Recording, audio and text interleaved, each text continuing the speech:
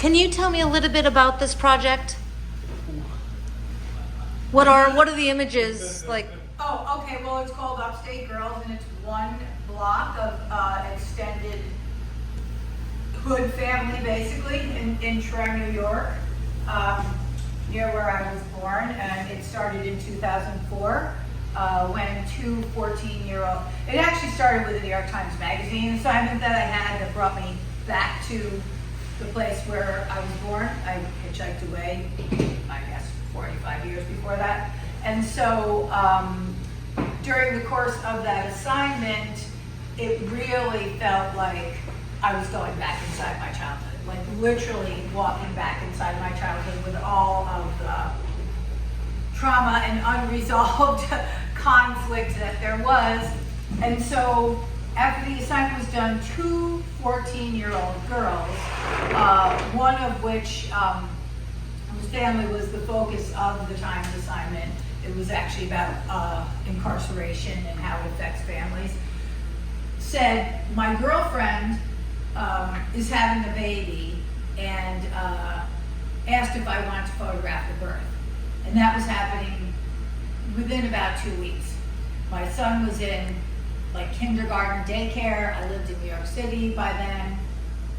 Dropped everything, went, camped out, photographed the birth of Tony, April 18th, 2004, and this is the 20 years hence. And met other people on the block and have been there through many births and deaths, and then did one book that came out in 2018 called Upstate Girls.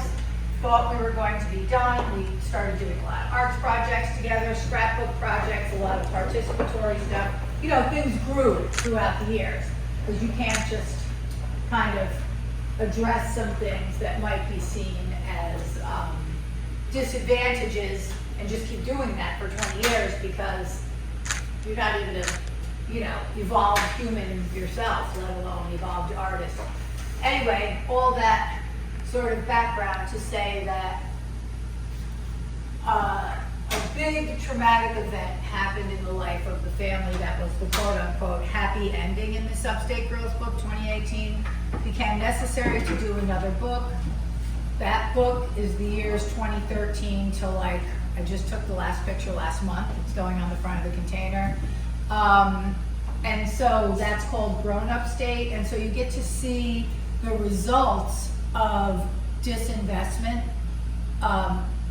You actually get to see the results. You see the childhood, you see the struggles, and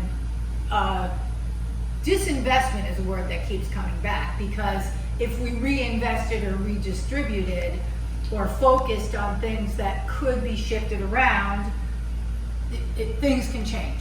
So we sort of ended the project with, I say, changing what the last picture could be. And in 2021, we went across country to like the California desert, to Death Valley, to all these places that are not kind of, they can't be colonized really, because nature has decided that. It's not up to us, right? So I wanted these kids to see, like I saw real early, that all of things that might limit our possibilities are constructed. And so freedom is also constructed.